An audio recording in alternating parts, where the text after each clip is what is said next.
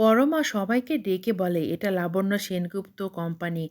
এটা অনেক বড় একটা কোম্পানি।" তখন অগ্র এসব কথা শুনে বলে, "তুমি কি বলতে চাইছো বলো, স্পষ্ট করে বলো।"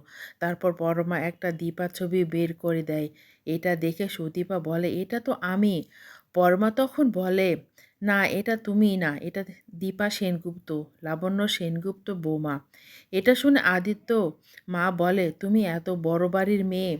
গায়ত্রী দেবী বলে, "তোমার পরিচয় নেই বলে আমি তোমাকে কত কথা শুনিয়েছি। তোমরা আরও অনেক খোঁজ করো, অনেক কিছু পাবে।" এইদিকে রুডি আশ্রমে গিয়ে রূপা স্বামী পরিচয় দিয়ে রূপাকে সেখান থেকে নিয়ে চলে যায়।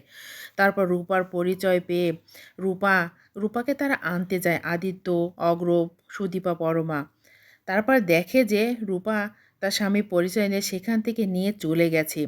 তারা আদিত্য, অগ্র, পরমা, সুদীপা সবাই আশ্রম থেকে রুডির গাড়ি পিছন পিছন যেতে থাকে। তারা দেখতে পায় যে রূপাকে একটা গুদাম ঘরে নিয়ে তারা তাকে বেঁধে রেখেছে।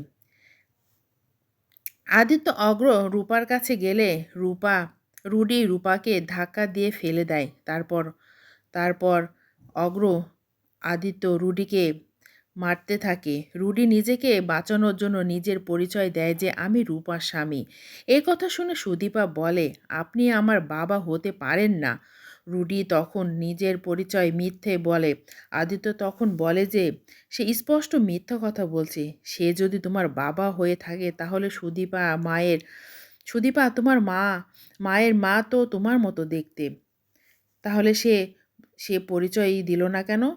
তারপরে সেই সময় রূপা জ্ঞান আসে। রূপা তখন বলে, "সে রুডি, সে তোর বাবা না, তোর বাবা হলো কৃষ্ণ রায়।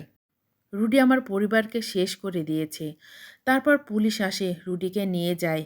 রূপাকে সুদীপা আর পরমা বাড়ি নিয়ে আসে।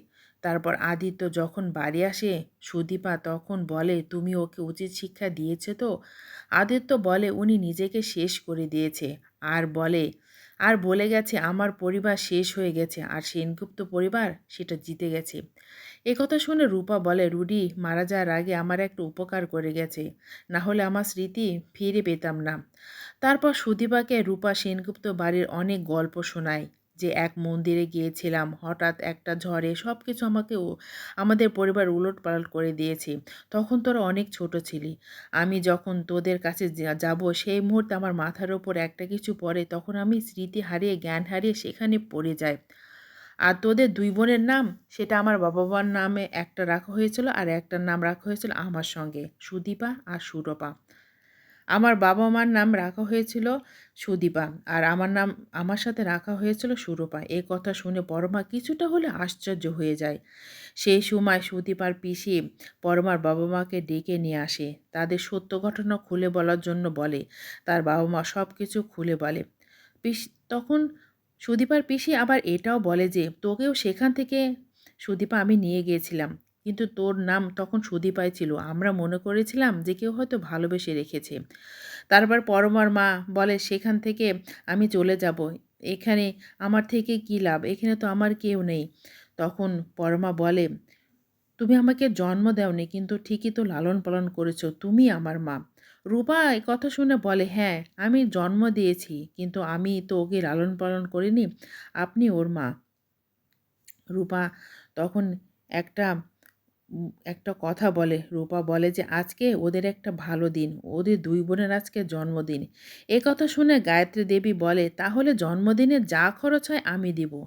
তারপর তারা কেক কাটে, দুজন দুজনকে কেক খাইয়ে দেয় আর বলে, "আমরা দুজন কত আপনজন, আমরা ৯ মাস দুই বোন একসাথে ছিলাম।"